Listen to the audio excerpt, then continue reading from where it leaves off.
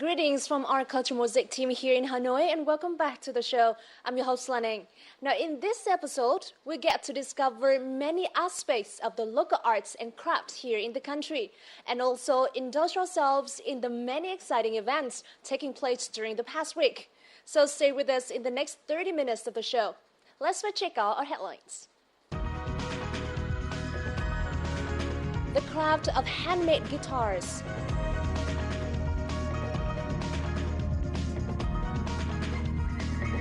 Jeremy Hogarth, Australian director of films Vietnamese Sacred Total. And British artist watercolor paintings highlight Vietnam's land and people.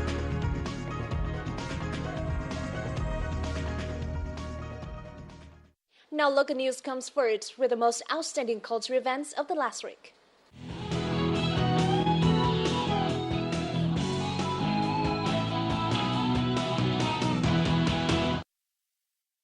Sơn Đông Cave, the world's biggest cave located in Vietnam's central province of Quang Binh, has just been featured live on Good Morning America at 7 a.m. Eastern Time on May the 13th.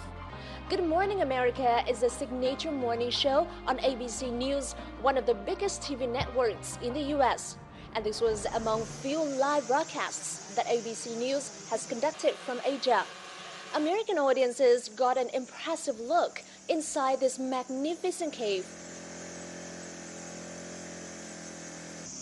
Earlier in mid-April, Osalis Adventure Tours, which provides tours of Sơn Đông Cave, conducted surveys on the caves with ABC to prepare for the show. This is the first time that ABC has reported live from inside one of the grottos located in the central Vietnamese province of Quang Binh.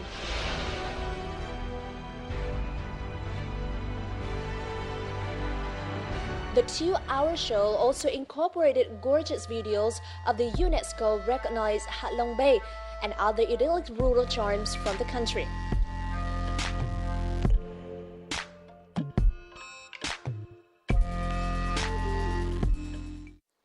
Hue's Monument Conservation Center, in collaboration with the Central Region Construction Technology Center, has started the restoration of Phu Văn Lâu, or Pavilion of Addicts, one of Hue's royal edifices.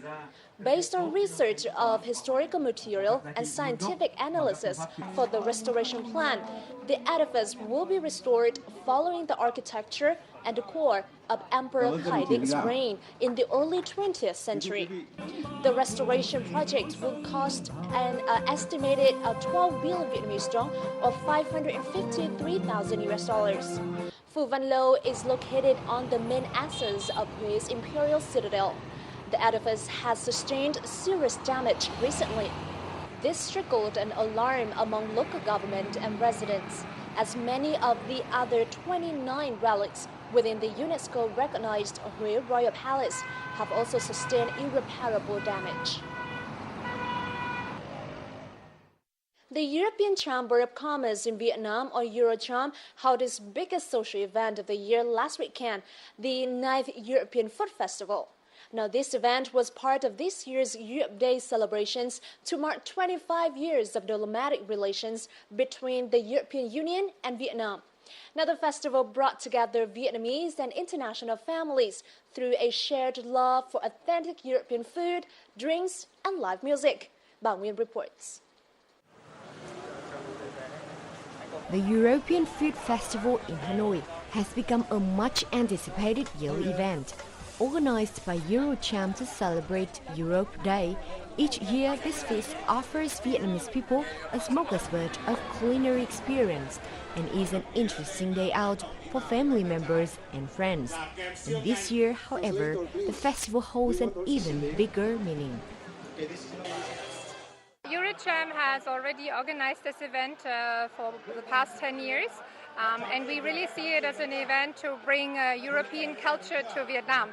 So this year marks a special year for the relationships between EU and Vietnam. There are a lot of celebrations together with the European delegation and other culture institutions to celebrate the good relations between the EU and Vietnam.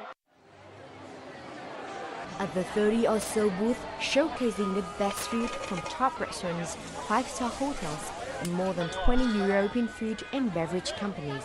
Participants enjoyed a diverse mix of classic European dishes such as paella, spaghetti, bolognese, and an assortment of baguettes and pizzas. Several Spanish dishes were also on offer for visitors to the event. Today we brought some Spanish dishes, some calamari, some croquettes, some beef skewers and some little mini sweet toasts. Our dishes are very well for sharing, and Vietnamese like to share because we have many pieces, so you can put it in the middle of the table and have a family event and enjoy everything. Năm nay mình thấy là các đồ ăn rồi tất cả những mặt hàng đều đa dạng hơn. Nó mang tính, nó thể hiện được cái không khí của người châu Âu hơn. Đặc biệt là mình rất là thích món xúc xích Đức. This year, European Food Festival attracted about 1,000 people, and live performances from European musicians lent to the event's buoyant festive atmosphere.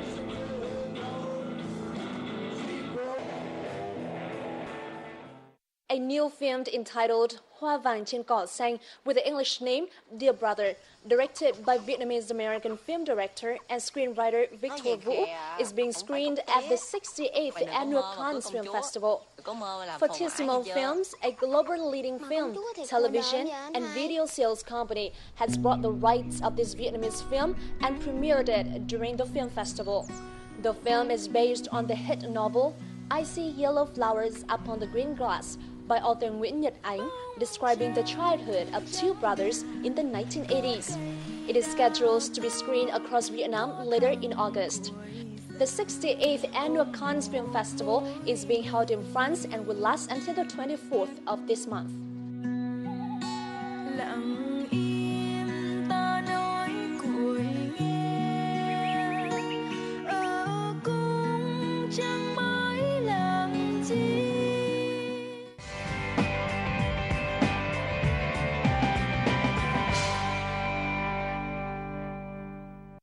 From its first appearance in Spain centuries ago, the guitar has spread to the rest of the world and become one of the most popular instruments nowadays. While computer-controlled mass production of guitars is available, handcrafting is the method of guitar making preferred by avid players. So in this week's Culture and Lifestyle, let's explore the craft of handmade guitars with a fourth-generation luthier in Hanoi.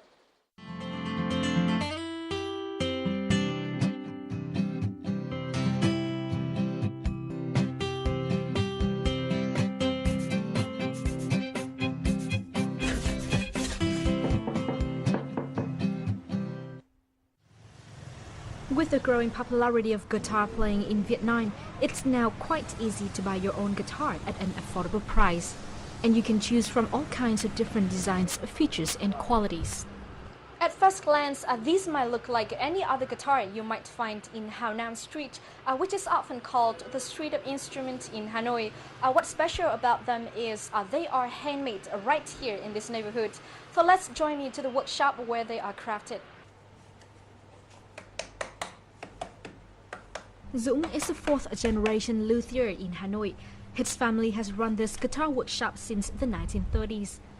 Dũng says that the most important stage is making the guitar body, since it is what decides the instrument's sound quality. After shaving the wood to certain thickness, the craftsman will saw the planks into the top, back and sides of the guitar.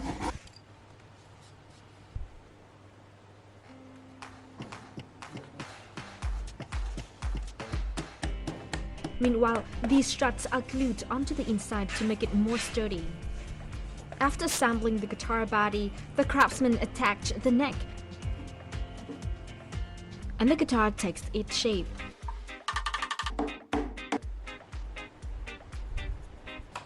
Making guitars by hand differs from mass manufacturing because it uses tap tuning. This technique requires attention to detail, concentration, and very well-trained ears.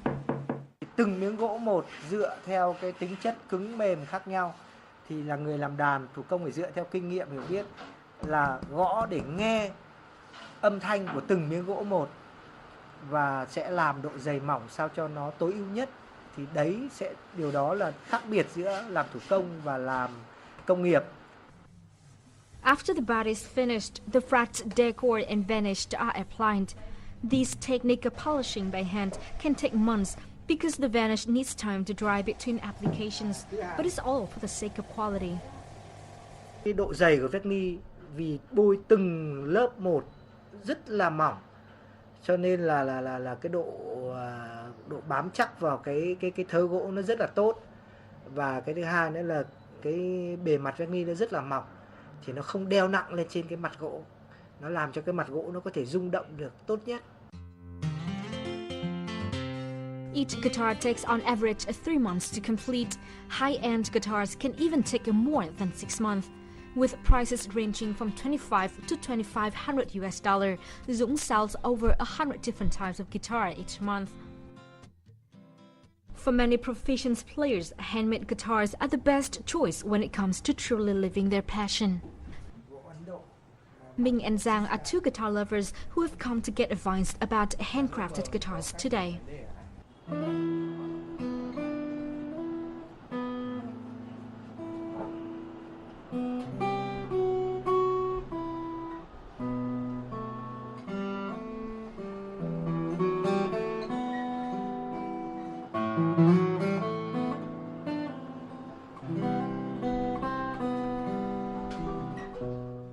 Mình chơi đàn guitar thì năm nay là năm thứ 15.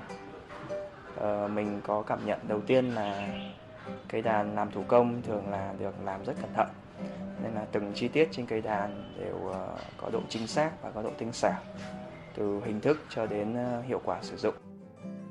Cái đàn đặt như này thì mình sẽ lựa chọn được những cái tiêu chí do mình muốn, mình sẽ truyền cho nghệ nhân ý muốn đấy và nghệ nhân sẽ làm cái ý của mình. Making guitars by hand requires high craftsmanship and a good dose of passion. Around the world, some luthiers spend up to 10 years finishing a single guitar. For guitar makers like Dũng, it's a feeling of both pride and honor to follow in the footsteps of his forefathers. Tôi cũng vẫn tiếp nối cái nghề này thôi, nghề truyền thống gia đình, và tôi nghĩ rằng là đời trước thì trong quá trình làm nghề thì cũng luôn luôn là để tạo dựng cái uy tín cho cái thế hệ sau, thì tôi cũng vậy.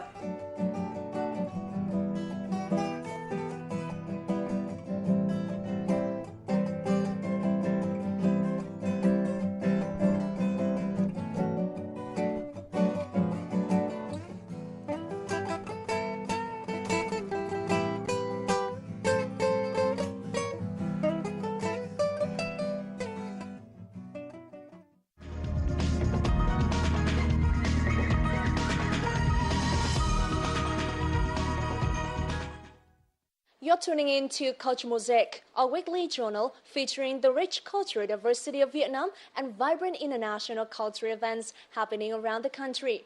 We do hope to become the bridge connecting artists and their works with our viewers out there. So don't go away, we have a lot more in this week's installment coming for you in just a moment.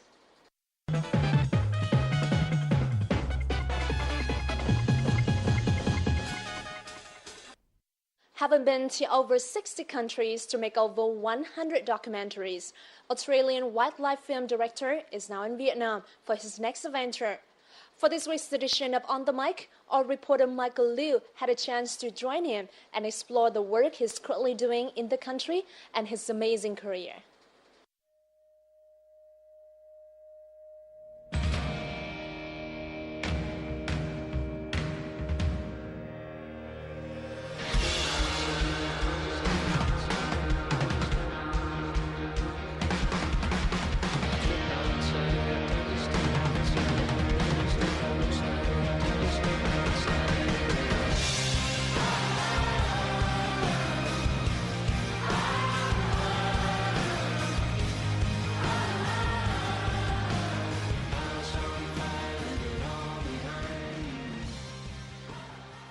Now the Australian film director is here on his new adventure in Vietnam to film turtle preservation in the country.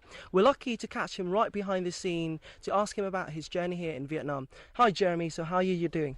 I'm good, really, thanks Michael. It's really great to be here and to be in this country, and well, so far always good, and on this trip exceptionally good. specialised in the area of animals. Why have you chosen this particular area? Animals don't have egos. Actors have egos. Actors do this, that and the other. Animals just simply behave.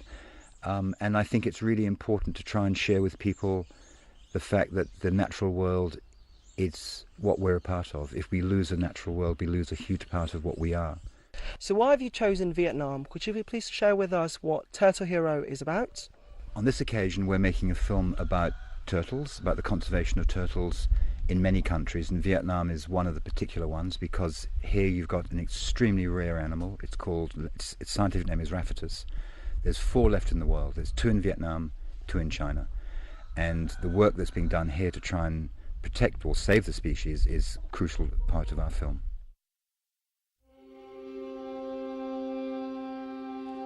Thọ Xuân District, Thanh Hóa Province used to be a thriving habitat for the Hoan-Kiem turtle species, also known scientifically as Raphitus shuanghui.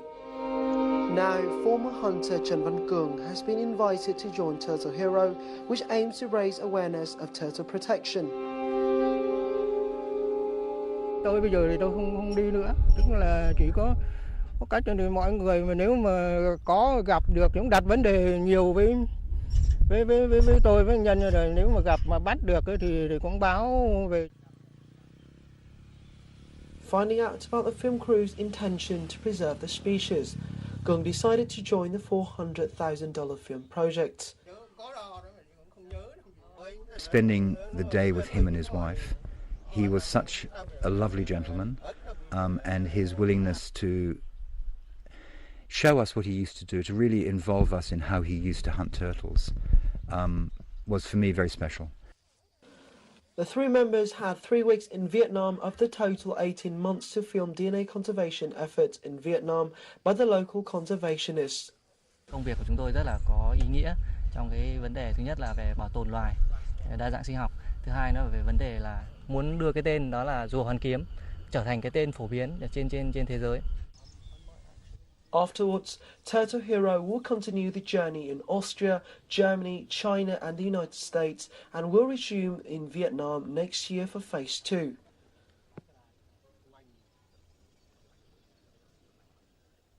Could you share with us what the perks of filming around the world internationally are?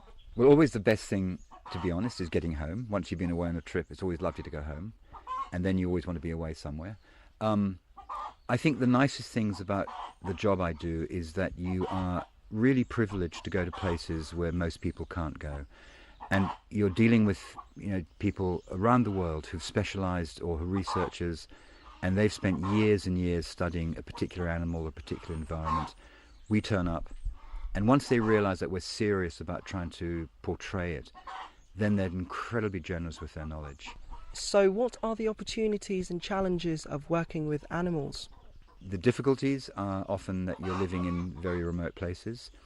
Often the difficulties come with the equipment. You've got to have, we have to charge batteries, all that horrible stuff that technology gives us. But the joyful moments are just when you actually are with an animal in its natural environment, and also when the animal is accepting you as not being an interloper, not being a threat. It's just sometimes when you're there and you've got a tiger or a lion or an elephant or an orangutan or a gorilla, you just sit back and think, wow, this is just really special. And then you do your job. Could you please share with us a favourite piece of your work and what it's about? So one of my favourite animals is the orangutan, the ape that lives in Borneo and Sumatra. And I spend a lot of time filming them. And I used to have a red beard when I was younger. They have red beards, so there's a lot of affinity. You look into their eyes and you really see, in their eyes, you see our eyes. They're so close to us that we're dealing with our cousins. And I think to try and get that across to people, that these animals deserve the respect to be protected in their habitat.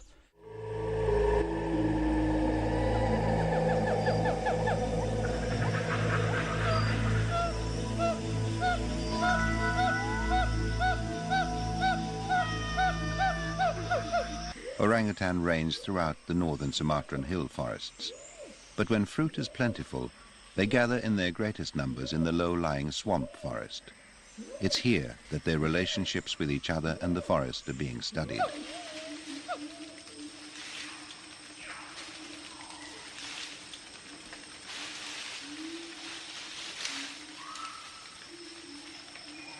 female orangutan may have no more than 3 young in their lifetime, so each one is precious. Between this mother and her infant, there is something almost human.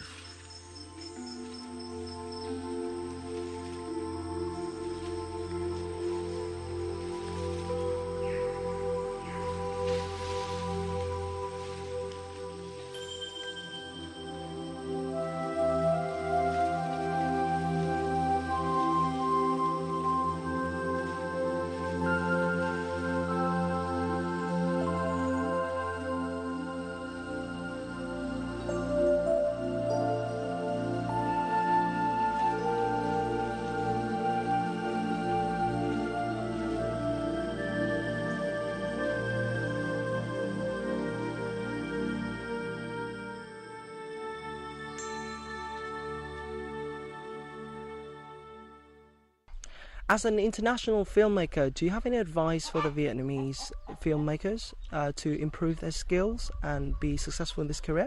Local filmmakers must tell local stories. But then I think the next thing is to find out, and by watching TV, how international audiences view their films, because every country has a different way of telling a film, of showing a film, and therefore to make films that will resonate internationally, look at the way, say, the Americans produce their films, or the Europeans, or the Australians, and then try and copy that style, because then that style will be much easier to place in an international market. Look, it's been, for me, it's always a pleasure to be in some other country, and it's really great to be a part of what's happening in Vietnam to try and preserve the turtle. So it's a great privilege to be here. But look, I'm going to have to sort of cut this short. I must go pretty soon and keep working, if that's okay.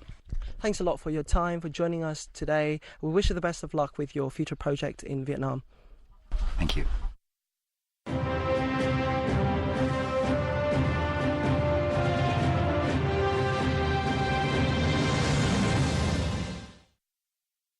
A number of the artworks in watercolor depicting the beauty of Vietnam's land and people by British artist Bridget March are being on display for the first time. Run from late last month until the end of this week in the southern hub of Ho Chi Minh City, A Brush with Asia exhibition is the result of Bridget's stay in Vietnam for nearly 3 years. So if you're a fan of arts and nature, you surely do not want to miss our connecting culture this week. Terrace fields in the northern mountainous region of Sapa. Phu Dog Gate at Thiên Mụ Pagoda in Hue. Trees at Notre Dame Cathedral in Ho Chi Minh City. And a banyan tree on an old quarter street in Hanoi. This is among the highlights of the exhibition, as is one of the 4 large pieces of watercolor paintings on canvas by Bridget March celebrating the landmark tree in Vietnam. Now, the departure from paper to canvas is a new direction for Bridget March. Let's have a closer look. A Brush with Asia exhibition shows 25 paintings, including Bridget March's recent watercolor paintings from across Vietnam. Last summer, Bridget spent 4 months in Sapa, where she worked with ethnic children to produce artwork about their everyday lives. The result is a range of canvas prints, postcards, and guides that are being sold here at the Vin Gallery to raise money to support their education. Having mastered acrylic on canvas, then watercolor on paper, it is now time for this artist from Britain to experiment with watercolor on canvas. March has discovered the medium offers greater possibilities as the ink sits on the canvas surface and allows her to manipulate it for longer. And this was one of the first paintings that I tried on canvas. It is the first. It is in Thiên Mụ Pagoda in Hue? Yes. So this is the one? Huh? Yeah.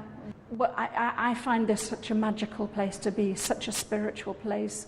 We must have been in this compound 2 hours, I think. Mm-hmm. Back in England, Bridget March was a freelance product designer with nearly 20 years of experience. In 2012, she gave up her job and home to move to Vietnam and dedicate her life to drawing and painting. With her experience as a senior lecturer at Leeds College of Art in Northern England, Bridget now gives painting classes twice a week. Learners are mostly foreigners living in Ho Chi Minh City.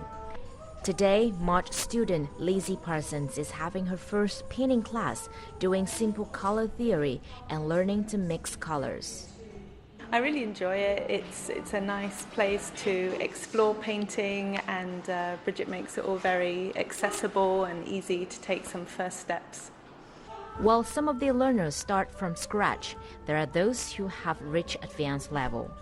Sari Rochi is now working on the last phase of her oil painting named Tango Dance.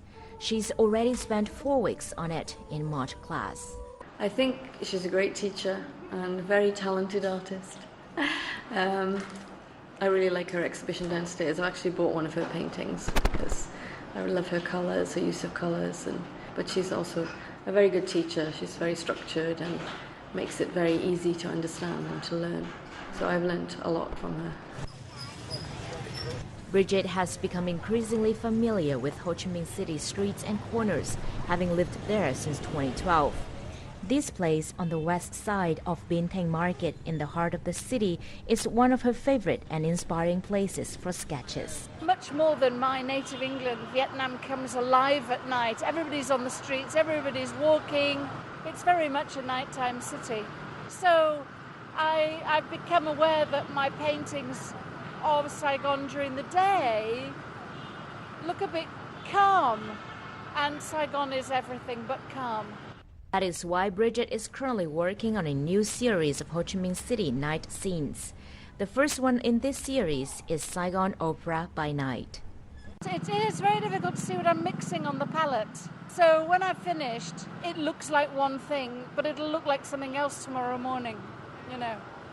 It's actually becoming quite an interesting thing to paint at night. Her experimentation with new materials has yielded good result.